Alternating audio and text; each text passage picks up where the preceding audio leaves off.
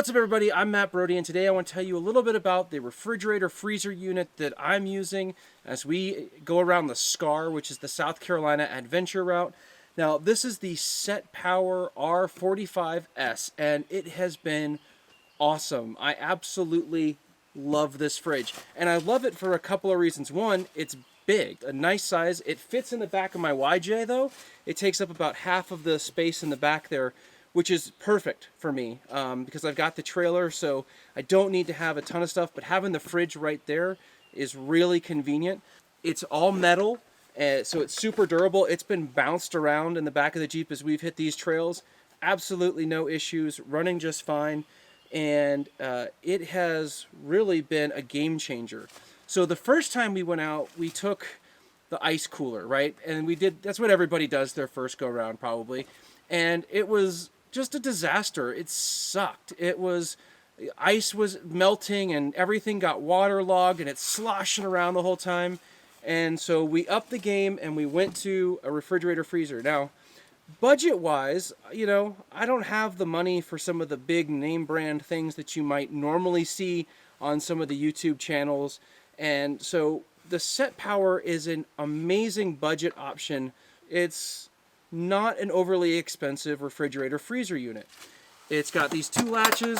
It opens up, lots of storage space inside. Now inside, this is the other thing I really like about it. It's got separation. So you've got a rack on one side that's a little bit deeper and a rack on this side that's a little bit shallower. So on this side, I stick my eggs and some other little things. On this side, I've got my meats and my drinks and some bread, and I've got a big container of orange juice, and there's still a ton of room in here. And so it just fits everything you need and more. It's super durable. There's an LED light inside, so when you open it up in the dark, you can see everything. It's got a sealed top here, and I'll say that's important because with the YJ and the Jeep, the way we run the trails, I usually have the top off, and so the inside of my Jeep is completely covered in dust and dirt and grime, and so this is now covered completely in dust and dirt and grime, and it's doing awesome. Like you can see, I'm just kicking dust off. None of it's getting inside. The food's all safe, and everything is working really well. So the controls in here are super easy to use. They're very intentional buttons, so it's very unlikely that you're accidentally going to turn it off or change the temperature, or change the compressor settings. But you basically have three things that you can control. You have the temperature itself, and then you have the battery protection, so you can change that from high to medium to low. So if you're running this off of your car battery, you can make sure that you're not wearing that battery down so much that you can't start your vehicle. And then you have your compressor settings. Now, on low is what you'd use if you're connected to a battery, for example. But when you have this connected via AC power or shore power, you can change the compressor setting to high. Just makes it work a little bit faster and a little bit harder.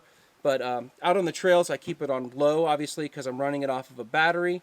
And so that's it. It's that simple. So the SetPower 45s is both a refrigerator and freezer unit. Not at the same time, but you can decide which one you want to use. So I've got mine in refrigerator mode, so I've got the temperature set to about 34 degrees. But you can crank this thing all the way down to 0 if you want and turn it into a freezer.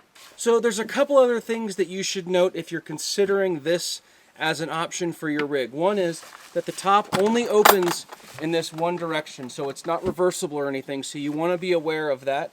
I know a lot of other fridges will open this way, or they can be kind of universal either side.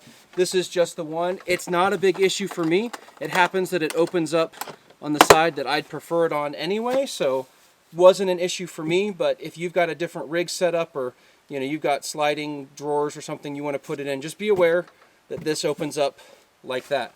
The other thing to note is that the power input is on the same side here as the controls. So you plug it in, everything is on the same side, which is nice. The only thing that is not my favorite, I guess, is the power cord itself wraps around what would be the front of the fridge that direction, and I'm sure it depends on which way you have your rig set up. I'd love for it to be aimed to come around the back, so I just kind of loop it that way and make it run, but there's a 90-degree angle on that plug, so just be aware of that. Again, it's not really a con to this in any way. It's just something to think about and with how you have your rig set up.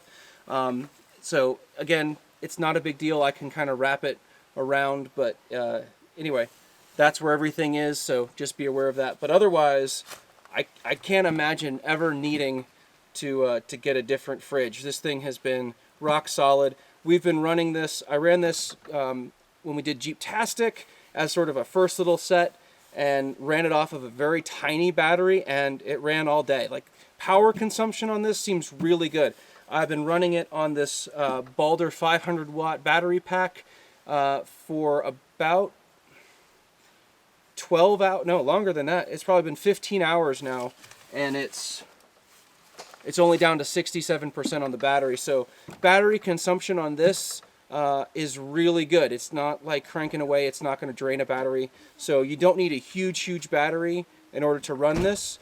The way that I'm running it is when we're in the Jeep, the battery pack is plugged into the car, and then this is plugged into the battery pack. So it's kind of, the battery's acting as a throughput for this. So during the day when we're riding, this is being powered by the Jeep's 12 volt, and then at night it gets plugged in directly to the battery, and it runs. It's just all night long, rock solid. There's a temperature readout, so you always know that everything's working.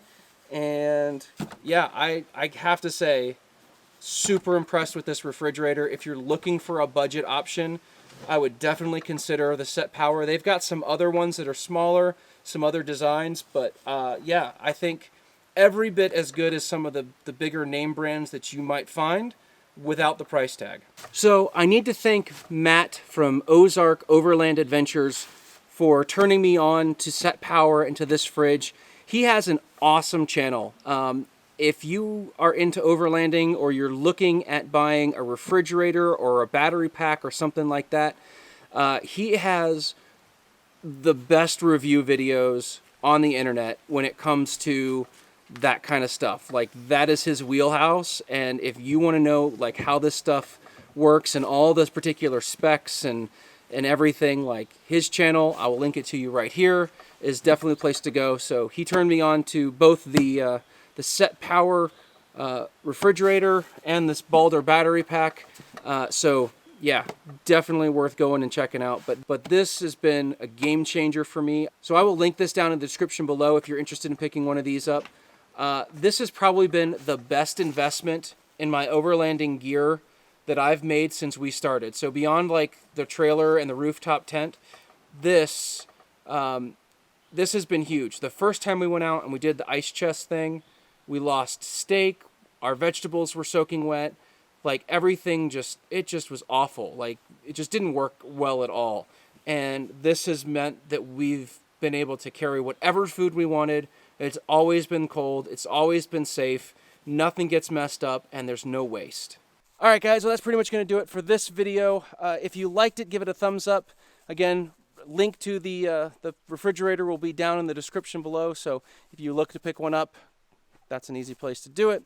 Anyway, hit the thumbs up if this was helpful. If you haven't already subscribed, because we are getting ready to hit the trails again for the Scar. If you haven't already watched that series, I will link that in the description down below and probably put a link up here as well. But there's going to be a lot more videos. So this is just stage 1 of the Scar that we're on. So if you want to see more, subscribe, and we'll see you in the next video.